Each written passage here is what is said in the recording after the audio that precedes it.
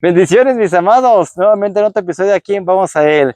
Vamos a platicar acerca de la porción número 29, Aharit Mot. Esto es después, bueno, se llama después de la muerte. Es lo de, ¿qué pasa aquí? Bueno, para este escenario, los hijos de Aarón mueren y entonces el Eterno les da una serie de instrucciones que van a suscitarse. Y para responder y platicar acerca de todo esto, tenemos a nuestro invitadazo, Carlos Vázquez. Gracias por venir, hermano. No, pues gracias, más bien a ustedes por venir. Ah, sí, que el hermano nos invitó hasta donde se regresa el viento. Por ahí, pero Literal. está agradable. Ah, sí, está bien a gusto. Mucho calor, eso sí, ¿eh? Sí, sí, sí. Bueno, vamos a platicar de esto. ¿Qué le parece, hermano? Sí, adelante. Bueno, así básicamente está hablando acerca de que mueren los hijos de Aarón y entonces recibe Moshe unas instrucciones que se le tiene que dar para que pueda hacer una administración en el Mishkan. En este caso vamos a hablar acerca de Yom Kippur porque le da lo establecido, pero antes de abarcar todo esto, aquí hay unas preguntas. Mucha gente se pregunta, ¿qué pasa cuando uno muere? Porque los hijos de Aarón murieron y él de inmediato recibe unas instrucciones. Sí. Pero en este duelo que tuvo Aarón, uno a veces se piensa, bueno, cuando uno pierde un ser amado, un ser querido, ¿qué pasa del otro lado? Yo sé que hay muchas posturas, como que la gente habla de la reencarnación, gente habla acerca de que más allá no pasa nada, como que se acabó la vida y se acabó y hasta todo. Pero, ¿qué nos puede decir que hay más allá? ¿Qué ofrece la Biblia como respuesta? Bueno, ahí recordemos que incluso entre los mismos judíos hay otra vez debates y discursos y discusiones, porque, por ejemplo, tenemos a los que decían que sí había reencarnación y había quienes decían que no, y hay quienes decían que iba a haber resurrección, y hay quienes decían que no iba a haber resurrección. Entonces el debate ahí pues ha sido muy amplio y otra vez, ¿no? Ni saduceos y fariseos se ponían de acuerdo. Y eso que en cierto sentido eran como parte de una escuela o de dos escuelas relativamente cercanas. ¿La de Shammai y Hillel o otras? No, estoy hablando de fariseos y saduceos. Ok. Digamos que, por ejemplo, dentro de las diferencias principales entre unos y otros es que los saduceos hablaban de una lectura literal de la Torá y se acabó. Mientras que los fariseos hacían interpretación, pero además no solo de la Torá, sino que incluían profetas y escritos como libros sagrados. Entonces, eso pues hace una gran diferencia entre unos y otros. Y su pensamiento en consecuencia también era completamente distinto. Ok. Entonces, sí podemos encontrar posturas que dicen, te moriste y se acabó. O sea, todo lo que viviste, qué bueno que lo viviste, y recuerden a esta persona por los hechos que tuvo.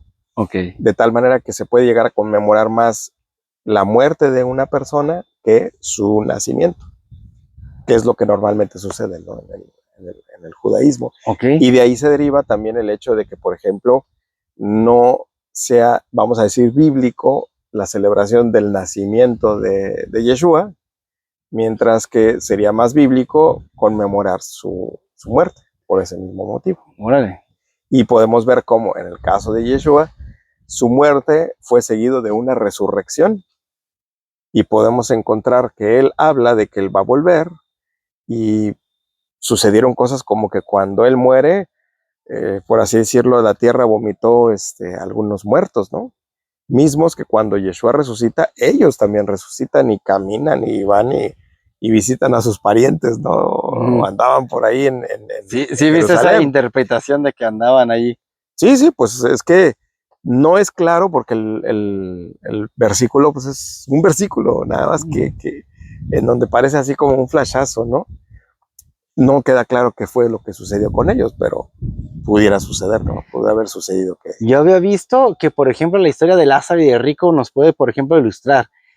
Se dice que no fue tal cual como una parábola, sino que realmente fue un hecho, fue una historia, ¿no? De que, pues, Lázaro, un pobre, por así decirlo, mendigo, habla la palabra, y pues el rico que pues despilfarraba todo, y cuando mueren dice que estaban divididos por una barrera, no podían cruzar de un lado a otro, y el rico decía, por lo menos envía a Lázaro a decirle a mis 5 hermanos, ¿no? Ajá. Bueno, está la interpretación de que 5 pues es la Torá, y porque les dice, ellos tienen a Moisés y a los profetas, como diciendo, o sea, lo que se pudo hacer en vida, ya. Ajá. O sea, no pueden traspasar los muertos, venir a este plano, a sí, menos como le pasó a Saúl, que por un espíritu de adivinación, o sea, se podría, pero está prohibido, no se debería de hacer. Es correcto. O sea, por aquí andan los espíritus y todo, ¿no? Y ahí, por ejemplo, tienes un pensamiento que es más a conformidad con el Qumramita, no tanto con fariseos o saduceos. Por eso es que te hablaba de que dependiendo de qué escuela es, pues qué es lo que podríamos platicar acerca de qué pasa después de la muerte. ¿Y, o sea, ¿y tú qué piensas, hermano? Bueno, Cuéntanos, yo lo que pienso, mi pensamiento es un poquito más Qumramita, precisamente. A ver, entonces, para ti, ¿qué hay después de esta vida? Pues mira, por ejemplo, lo que nos dice el libro de Enoc. Sí. Enoc nos habla acerca de 4 cavidades, por así decirlo, a donde van a ir a dar las almas, en donde cada una de estas cavidades corresponde a una clasificación diferente de alma, dependiendo de si actuaron bien o actuaron mal en su vida, pero además dependiendo de cómo fue su muerte, si fue una muerte normal, natural, o si a lo mejor fueron asesinados.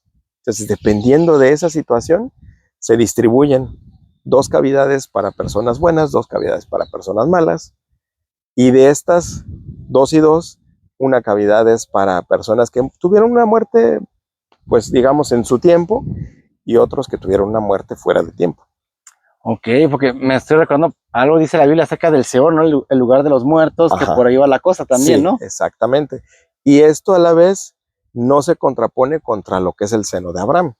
Porque también dice que hay un paraíso, bueno, que se mueve el seno de Abraham, ¿no? Que del paraíso se hace como llamar ahora el seno de Abraham, y que ahí donde descansan los muertos que tuvieron esa fe en Yeshua, ¿no? Y entonces descansan y se espera que de ahí, digamos, viene la esperanza de un cielo, o para otros dice que un lugar de tormento que conocemos como infierno. Y que también de ahí, que eso no es como que se acaba el infierno, ¿no? Sino que se dice que hay un lago de fuego para los que van a ser justamente... Bueno, es que de hecho precisamente ahí, dependiendo la lectura que se dé, se entiende que ese lago de fuego vendría a ser el infierno, y que está, por así decirlo, nuevo en este momento. Nadie lo ha estrenado. Está esperando a que suceda. Nadie lo quiere estrenar tampoco. No, obviamente no, pero lo que se entiende de acuerdo otra vez a literatura qumramita, sobre todo, aunque también en el Nuevo Testamento hay rasgos de ese tipo de literatura, en donde justamente se está esperando que en el día que llegue el juicio, y bueno, hay un juicio específico, porque de hecho también en la literatura qumramita se habla como de al menos 2 juicios diferentes. Uno en donde, por ejemplo, el enemigo, el Satán, va a ser juzgado junto con todos aquellos que fueron aún engañados, y junto con los pastores que no actuaron correctamente, sino que actuaron en contra de las ovejas, por así decirlo, como lo que dice Ezequiel, más o menos, en donde habla acerca de esos pastores que son malvados y que aún pisotean a las ovejas y que no las dejan comer y que no las dejan beber y cosas así. Entonces, aún esos pastores y las ovejas que se dejaron engañar, habla de que esas van a ser enjuiciadas. Mientras que, por otro lado, normalmente se habla de un juicio diferente hacia quienes vamos a tomarlo o pensarlo como que van a estar en una condición favorable, digamos, como si fuese a haber 2 especies de juicios. Uno como cuando se para, ¿no? A ver, acá están las ovejitas y acá están las cabritas. Digamos, unos de condenación, otros de salvación, ¿no? Así se entiende. Algo más o menos así. Ok, entonces al final de cuentas nosotros, hay un texto que dice así, ¿no? Que después de la muerte no queda más que el juicio. Y después del juicio, pues ya cada quien va a negar esas cuentas. Pues depende cómo vivió, ¿verdad? Sí. Hay un sabio que dice que, bueno, está amonestando a sus alumnos, ¿no? y uno le empieza a decir, a ver, y como que yo por qué tengo que obedecer o hacer las cosas, ¿no? Y le hace esta contestación, bueno, ¿tú sabes cuándo vas a morir? Pues no. Ah, bueno, y como no sabes cuándo vas a morir, entonces, por lo menos arrepíntete una vez en la vida, hoy, que mañana no sabes. Y habla acerca de esto, ¿no? Por lo que viene en la vida venidera. Pero también aquí hay otra pregunta interesante. Los que quedan vivos, que empiezan a padecer esta muerte, ¿cómo ellos pueden tener consuelo? ¿Cómo pueden hacer esta aceptación de duelo? De duelo de la persona que ha fallecido. Sí, porque es ajeno a nosotros, porque nosotros no podemos orar por la persona como se hace normalmente en el catolicismo, de hacer un rosario o hacer algo como para que la persona, su alma se salve. Porque ya pasó, esto ya es de Dios. Ya no podemos hacer nada por él. Las decisiones que tomó esa persona en vida ya las tomó. Sí, pero nada más queda a uno, digamos, si tienes la pérdida de un ser amado o de un familiar, nosotros cómo podemos tener consuelo, cómo podemos superar todo esto. Porque las personas, porque te voy a decir, Aarón recibe estas instrucciones de cómo hacer la administración del Yom Kippur y todo lo que tenía que administrar y hacer, después de que murieron sus hijos. Inmediatamente, al menos en el texto. Sí, así se da a entender, según muchos comentarios dicen que fue luego. O sea, no pasó mucho tiempo cuando le dieron las instrucciones. O sea que Aarón se tuvo que tragar todos esos sentimientos para poder hacer ese servicio y el pueblo se pudiera ver beneficiado.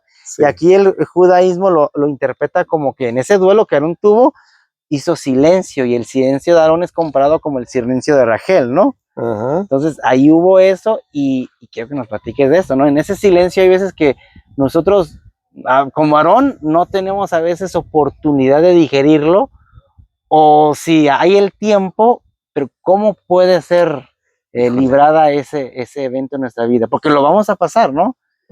Digo, si estamos vivos. Sí. En el caso de Aarón, es un caso muy particular porque él es el sumo sacerdote. Entonces, sería muy riesgoso que él profiriera una palabra en contra del Eterno, causada justificadamente por la pérdida de sus hijos. ¿Y por qué digo justificadamente? Porque pues le debe doler. Son sus hijos, o fueron sus hijos. Entonces de pronto ve a sus hijos muertos. Porque eso dice, que los vio morir. Que los vio morir y después hacer las cosas, híjole. Entonces, para él definitivamente fue mucho más sabio el haberse quedado callado. Porque el haber proferido palabra alguna seguramente le habría puesto en riesgo de decir algo que aún lo podría haber inhabilitado para ejercer su función de Cohen Gadol. Imagínate que en la primera oportunidad se hubiese muerto. No, pues, igual que sus hijos, entonces ya nos quedamos sin los dos relevos, y el que ahorita va empezando también nos quedamos sin él, pues habría sido grave. Ahora, dependiendo de cada uno de las diferentes personas y su rol, es que sí está permitido y que no. O sea, igualmente yo he sabido de gente que tiene que ir a predicar inmediatamente después de que le ha sucedido una tragedia. Y una persona, dependen de en qué circunstancia está, no puede darse el lujo de ensimismarse en el dolor, por ejemplo. ¿Por qué? Porque resulta que a lo mejor tiene que predicar cierta tal o cual cosa. Y a mí me ha tocado incluso ver gente que al final de la predicación de pronto dice, pues, ¿saben qué? Pues me acaba de suceder que me acaban de hablar porque se murió mi mamá. Porque situaciones así, ¿no? En donde pues ya estás en el momento, no puedes incluso echarte para atrás, ¿no? Que podría ser válido incluso hacerlo. Sin embargo, pues en definitiva, de un hombre o de una mujer que está sirviendo al Eterno, esto no es esperado. O sea, lo esperado es pues que actúes de una manera madura, vamos a ponerlo en esos términos. Y eso nos habla bastante de la madurez que y del dominio, ¿verdad? Y del dominio propio, es correcto. Porque te recuerdas que cuando ahí tuvo un detalle Aarón, bueno, no detalle, le dice a Moshe, porque Moshe se enoja, ¿verdad? Su hermano, eran hermanos, y le dice, oye, ¿por qué no te comiste la ofrenda, verdad? Que, si te acuerdas de que le dice, ¿por qué no te comiste la ofrenda? O sea, lo que tenía que comerse, ¿no? Ajá. Y dice que él se enojó. Sin embargo, él le refiere, oye, es que acuérdate, mis hijos acaban de morir, yo no tengo ganas de hacerlo. Sí. Y entonces Moshe entiende y Sí. ya no le dice más al respecto. O sea, sí. el dolor, el sentimiento lo traía y en su momento lo pudo soltar, pero tuvo que depender de la fuerza del Eterno. Yo creo que ahí se basa el proceso de poder. Sí. Y también eso refuerza un poco algo que alguna vez he comentado, en donde yo he dicho que estoy convencido de que cuando Yeshua fue sacrificado, que era una Pascua, que digo, hay quien dice que seguramente la última cena fue una Pascua y esta era otra Pascua. Sí, yo ahí. creo que no. Ajá. Yo creo que la Pascua era ese día, porque él era el Cordero de la Pascua, y ese día ellos debían cenar un cordero de acuerdo al mandamiento. Pero yo estoy convencido de que ese día, o esa noche más bien, nada pudieron probar, por eso mismo, porque ellos estaban pasando un duelo en aquel momento. Imagínate que de pronto tu líder, o sea, el líder, el que además ya entendiste que es el Mesías, porque esa fue parte de la problemática que ellos estaban experimentando. Que lo entendían mal, pues es otra cosa. Ellos pensaban que ese Mesías iba a ser un Mesías guerrero que los iba a liberar. Sí, como que la fuerza. Sí. Pero en ese sentido. Pero a final de cuentas, ellos lo identificaron como Mesías. Entonces, de pronto muere en las condiciones que muere, de una manera, en cierto sentido, inesperada, porque ellos no estaban esperando que en esa Pascua ahí fuera a morir. Y de esa manera. Entonces, yo estoy convencido de que ninguno de ellos, incluyendo a su madre, pudo probar bocado alguno después de esa situación. Y precisamente tiene mucho que ver con esto, porque están muriendo los hijos del sumo sacerdote y él pues no tiene posibilidad de pasar bocado. Yo creo que además Yeshua mismo como que dio una pista, porque dijo, llegará el día en que el novio les será quitado y entonces ayunarán. Entonces yo estoy convencido de que ayunaron en ese tiempo, y eso es el por qué años después, cuando viene, por ejemplo, la controversia arriana en el concilio de Nicea, hay una controversia al respecto de la fecha de la Pascua, pero además incluyen en esa controversia un tema de un ayuno, y hablan de un ayuno, y que unos terminan el ayuno el día de la Pascua y otros terminan el ayuno hasta el momento de la resurrección, y como que no se pusieran de acuerdo, pero hablan de un ayuno. Okay. Y yo pienso que ese ayuno justamente es una costumbre derivada de que los apóstoles seguramente no pudieron haber probado bocado alguno en esa noche. Y es que él era el Cordero, y de hecho, Yom Kippur, que son las instrucciones que se dan, tenía que ser, bueno, en el día 10 del séptimo mes. Séptimo mes, es correcto. Que se conoce como Tishri, o también creo que Nisan, ¿no? Sí. Entonces, no. ¿Es Tishri? ¿Tishri o cuál o es? Etanim. Etanim. Ah, ok. Sí. Bueno, en todas esas instrucciones, todo ese proceso de Yom Kippur, al final de cuentas, tenía que llevar una expiación bueno, había dos chivos o dos carneros, ¿no? Para ser específico. Pero para poder llegar a ese punto, en este caso, Aarón, el sumo sacerdote, tenía que ofrecer una vez al año, no era cuando se le pegara la gana, tenía que ofrecer un sacrificio por sí mismo. Primero. Por su familia. Y ya después de que se presentaba delante del Eterno y 7 veces rociaba la sangre y todo, en el altar también. Sí. Entonces, ya que esté purificado y entrar también con las ropas sencillas, o sea, con lo más sencillo, de lino, solamente de esa manera ya podía ofrecer el sacrificio por el pueblo, ¿no? Sí. Echaban pues no las suertes, ¿no? Pero, sí. ¿cómo se dice? Sí, era suerte, pues por eso se llama Yom HaKippurim. O sea, Yom Kippur es Yom HaKippurim, o sea, el día como Purim. Y se hacía, o le dicen Yom Kippur, porque hay una pur, o sea, se echa suerte. Ok. Así. Bueno, no así, pues, pero se echan suertes, pues. Me imagino unos dados, no sé cómo sería, pero... No, pues, seguramente era acá con el Urim y el Tumim. Sí. No, eso suena lógico. Seguramente fue bueno, yo sabía que se echaban las suertes y después se seleccionaba cuál era el cordero o el chivo para Azazel, y el chivo para Adonai, o la azazel a Adonai, ¿no? Sí, sí, sí. Donde para ese punto, ya cuando escogían cuál era el de cuál, ponían las manos y hacían la transferencia de Sí, pecados de por el pecado, pueblo, ¿no? claro, claro. Yo la verdad siento que todo eso era sobrenatural, ¿no? Porque era estar, también yo sé que se conoce como el Día de los Perdones. Ajá. Muchos, porque claro que para llegar a ese día tú tuviste que haber orado todo el año y ese día simplemente se manifiesta el perdón. Yo creo Sí. que por esto se asocia con la muerte, porque todo el día estuviste, digamos, viviendo una vida en justicia, plena, rectitud, y vas llegando al último día y se manifiesta ese perdón. Pero la persona que no quiso meterse al camino de disciplina, no quiso meterse al camino de rectitud, no quiso enderezarse, pues llega ese día y no es un día del perdón, sino es un día de juicio para esa persona. Es correcto. Claro que yo creo que el Eterno tiene misericordia, pero hay cosas que cada quien va a pagar. Entonces ese día, porque también pues yo he entendido que cuando el Eterno venga, sí va a venir en una época de Yom Teruah, pero cuando va a juzgar en una época de Yom Kippur. Eso es lo que se entiende, justamente que de esos dos juicios que te decía hace rato, uno de ellos podría ser en Yom Kippur y es el juicio para la casa. Sí, porque dice que el juicio empieza por la casa. Exacto. En este caso está hablando de esto. Y se me hace interesante, porque cuando transfieren estos pecados, bueno, dice que uno era para Azazel, y ahí es donde entran controversias. A ver, es para el demonio, porque unos dicen, es que es el demonio Azazel, y lo llevan allá al desierto, porque ahí existe un demonio. Yo estaba checando esto, y en realidad viene, pues, Azazel de que quiere decir un derivado de Azaz, que esto es fortalecer, o endurecer, o incluso hasta prevalecer. Ajá.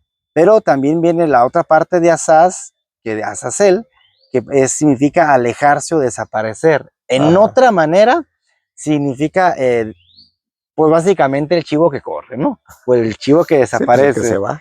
Pero también está viendo que los sabios opinan que esto tiene que ver con el pecado directamente de cada uno. Porque así como físicamente o literalmente tenían que ver que se transferían los pecados del pueblo, porque se iban diciendo, declarando rebeldía, fornicación, traición, lo que sea, y lo mandaban fuera, ¿no? Al desierto con una persona encargada. Se entiende que Yeshua era como, básicamente como el cordero y básicamente como el que se los llevaba afuera, ¿no? Lo veía el pueblo y tenían que ver que se desaparecía, pero dicen que está asociado directamente a nuestro pecado, porque es como que fortalecer, prevalecer, o inclusive a pesar de estar, y así a veces es el pecado, se fortalece, endurece, y nos somete y se queda. Por eso era necesario que ese chivo desapareciera del pueblo. Lamentablemente creo yo que no aceptaron el sacrificio de Yeshua, porque ellos ponían un cordón, un hilo, ¿no? Carmesí, y luego cambiaba de color. Claro. Pero después de esa época que fue el sacrificio de Yeshua durante 40 años, ya no cambió el color. No cambió. El color entonces era blanco, ¿cómo es? No me acuerdo el color. Es como lo dice el versículo, o sea, aunque tus pecados fueran rojos como la grana. Esa carmesí era rojo, ¿verdad? Parecido. Cambiaba a blanco. Como la nieve. Ya no pasó. Ya no ocurrió eso. Durante exactamente 40 años. Y además el chivo se le regresaba. Sí, no, hubo algunas ocasiones. Eso sí, no estoy seguro, pero. Porque bueno, hay comentarios que dicen que después hasta a veces el chivo volvía al pueblo y todos se quedaban, ay, caray. Ya me volvió la maldad, ya me volvió el pecado. Ese no lo había oído, pero. Sí, yo sí he escuchado esos comentarios. Sí. Pero la cosa es de que es un proceso donde el Eterno en esta porción también nos da leyes de santidad. Como por ejemplo, no comer sangre, regular los sacrificios de cómo deben del pueblo, cómo debe acercarse. Que si es Olá, que si es Jatá, que si es Minjá, bla, bla, bla, ¿no? Y los empieza a especificar. Pero también da leyes de moralidades sexual. Claro, sí, sí, sí. Porque yo creo que también la sangre tiene que ver con lo que comemos, o sea, lo que nos metemos, puede ser literal. También tiene que ver estas leyes de acercamiento, o sea, cómo uno se acerca a Dios, porque como es acercamiento o elevación hacia con el Eterno. Y las leyes de sexualidad también yo creo que tiene que ver con esas leyes, pero de fidelidad. Porque así como la infidelidad es algo físico, en lo espiritual tiene que ver con la idolatría, que no eres fiel. Entonces creo que tiene que ver con esto. Yo creo que también aquí habla acerca también mucho de la santidad, porque dice que la santidad empieza en las acciones. Desde lo que vemos, lo que hacemos, dónde caminamos, cómo es que hacemos pues en nuestro diario vivir, ¿no? Porque a veces he visto esto, que, por ejemplo, una comparativa que yo veía entre Bilam y Aarón, aunque yo sé que no se pueden comparar como quien dice, pero voy a compararlos en el sentido de que Aarón fue un hombre que toda su vida buscó la unidad, reconciliar, estar con la familia y sobre todo que le pesó la muerte de sus hijos. Claro. Entonces yo creo que esa parte de la reconciliación se le hizo importante, porque él era el reconciliador del pueblo del Eterno. Y a comparación de Bilam, porque muere Aarón y también sacaba el maná, porque él también dicen que es un mérito de Aarón, el maná. Entonces muere y sacaba el maná. Y que Bilam, cuando vio la profecía del pueblo de Israel, dice, y ojalá pudiera morir como uno de estos justos, como uno de estos, pero nunca dijo que quería vivir como uno de ellos. Uno de ellos, pues, sí. O sea, mientras uno busca vivir el tiempo que puedes en este camino que el Padre pide, el otro está buscando la recompensa que está al final de la muerte. Y ahí es donde yo hago esta comparativa, ¿no? Aarón versus Bilam. Yo sé que no se pueden comparar, pero hablando de la perspectiva que cada quien tiene como filosofía o como tema de vida, ¿no? Ajá. Y en este contexto yo estaba viendo que en estas reprimiendas de no comer sangre, la regulación y todo eso de pecados de moralidad sexual o inmoralidad evitar, pues también tiene que ver mucho el ejad, ¿no? La armonía, poder estructurar la fe sólida y que todos estos pecados también empieza a decir, bueno, ya se acabó de que puedes estar con un pariente y todo, ya no va a haber nada de esto y que quede claro, no va a haber incesto, no vas a estar con parientes cercanos, no vas a estar en adulterio, como ese sí lo dice muchas veces, le dice ya prohibido sacrificios a Moloch, ya párenle, ya no lo hagan, y también hablas, o sea, de que no estés con la familia, más sin embargo luego queda el tema de que no especifica a los primos, y ahí unos dicen, no, pues es que ahí no dice que los primos, y como no se especifica, bueno, algunos pues se casan entre primos, no sé. Pero bueno, al menos los resultados de esas uniones, y yo conozco un caso, pues no es lo mejor. O sea, aún genéticamente, biológicamente, puede haber consecuencias. Aún no, ok, entonces creo que por ahí va la cosa. Porque en nuestra Haftará vemos en Ezequiel 22 que, por ejemplo, Ezequiel empieza diciendo, denunciando los pecados del pueblo, como un pueblo corrupto, porque acá dice, tienes que respetar el tiempo de nidad, tienes que respetar esto, tienes que respetar esto. Pues ya cuando llega con el tiempo de Ezequiel, ya estaban comprando la justicia, ya se estaban metiendo en esa inmoralidad, ya estaban... No, estaban bien metidos, no estaban metidos, ya estaban se remetían. Sí. O sea, en pocas palabras era un colapso moral, una corrupción que ya había llegado o se estaba dispersando demasiado lejos, ¿no? Sí. Entonces el Eterno tiene que dar un juicio, porque mientras en la Parashá está dando regulaciones para que puedan vivir pues de manera santa, de manera ordenada, para que tengan bendiciones, aquí estaban haciendo todo lo contrario.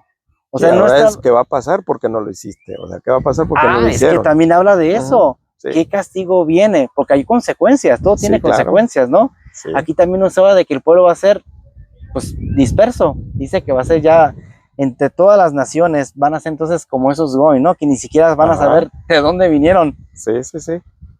Yo creo que también aquí tiene que ver con, no tanto con un castigo, sino con la oportunidad de poder volver al Padre, de hacer teshuva.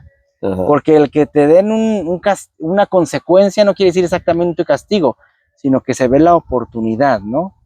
Sí, porque pues no has muerto, ¿verdad? Sí. O sea, y esas tribus que, por ejemplo, que fueron esparcidas y que pues quién sabe dónde están, todos los descendientes de esas tribus están, no han muerto. O sea, como nación no murieron. Que no sepamos dónde están, pues es otro asunto. Pero debe de haber de cada línea genética de cada uno de los patriarcas que fueron esparcidos, hay gente que trae literalmente su sangre directa desde allá. Entonces, pues ahí están, aunque no sabemos quiénes son, ¿verdad? Y están pasando por ese castigo o esa dispersión. Pues estamos, tal vez, no lo sabemos. Sí, también es una de esas. Aunque traemos el nopalote, pero no sabemos. Mira, muy sencillo. En nuestras venas corre sangre seguramente española. Y cuando los excluyeron de España, muchos de los que se vinieron eran esos mismos pues, judíos que estaban huyendo. Sefarad, ahí está, ¿no? O sea, sí. Entonces, el solo hecho de que por nuestras venas corra sangre española ya es suficiente como para pensar que la posibilidad existe.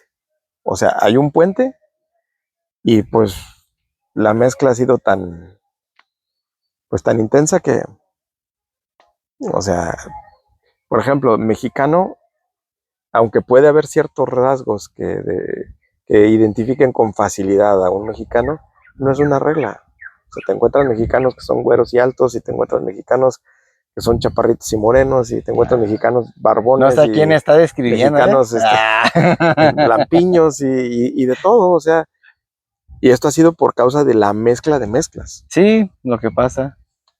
Yo estaba viendo, bueno, entre todas las cosas, que al final todo esto se resume no tanto en la curiosidad de morir y qué podía pasar más allá o qué hay más allá, sino que más bien cómo vivir. Porque obviamente depende de cómo vivas, pues la consecuencia después de la vida, cuando pases ese interruptor de la muerte, es totalmente diferente. El Eterno aquí les amonesta a que vivan de esta manera.